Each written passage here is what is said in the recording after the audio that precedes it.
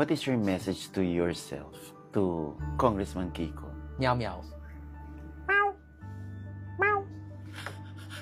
No, seryoso. Kasi pag iba yung personality mo sa normal, medyo weird ka, ibig sabihin, oy, may sayad na yan, abnoy na yan. Yun yung isipin ng mga tao. And that is a very, that's an observation. And that's a very valid observation. Chairman Puno is also a Filipino citizen. And I am a member of the House of Representatives. So he's also free to criticize me on that. Pero para sa akin lang na, yung sa Ethics Committee kasi, yes, I've done wrong things. And yes, I'm completely ready to face any allegations against me. Kay Chairman Puno, walang personalan. If he's mad at me, if he feels it is necessary for him to speak against me since I used to be a party member, then that's good. It's good that we investigate and we judge all of our House members. And that is why I also started a call for investigation of Martin Romualdez and Zaldico, because everyone else is getting investigated. All the DPWH officials, all the small-time contractors, they're being investigated, but no one has said the name of Martin Romualdez. And the way I see it, it's a lose-lose situation for him, because either he is complicit in the acts of corruption in Congress, the hundreds of billions that's been stolen, or he is not aware of it, which is even more dangerous. Kasi ang iniisip na tao, corrupt yan o corrupt si speaker. Pag iniisip nila yan,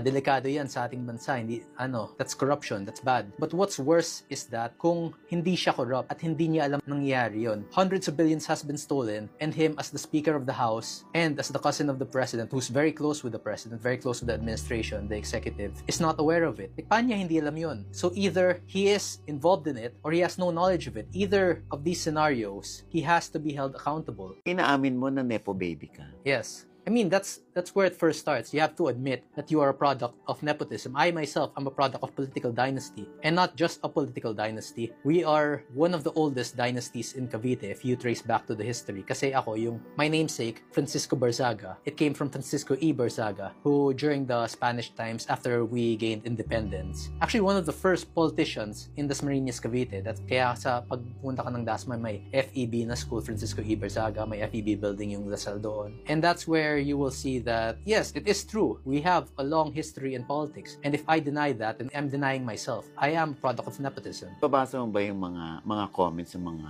netizen na yung mga ikinikilos mo raw unbecoming of a good congressman? Well, yes, but like how many good congressmen do we have now? Sino yung mga model congressman natin na dapat kong gayahin? Yes, I act differently from the other congressmen, but if the average congressman is a thief, then that makes me less of a thief, right? So mas gusto mo ng ganyan, okay lang ganun ako kumilos basta hindi ako magnanakaw. Well, that's one way of looking at it, and I won't disagree with you. I myself, I'm telling you na hindi ako magnanakaw, but it's up to you whether or not you believe me. Okay? Because everyone, lahat ng congressman, kahit yung mga pinaka-magnanakaw na, sasabihin sa'yo hindi sila magnanakaw. But for me, if I act like the rest of Congress, then I will be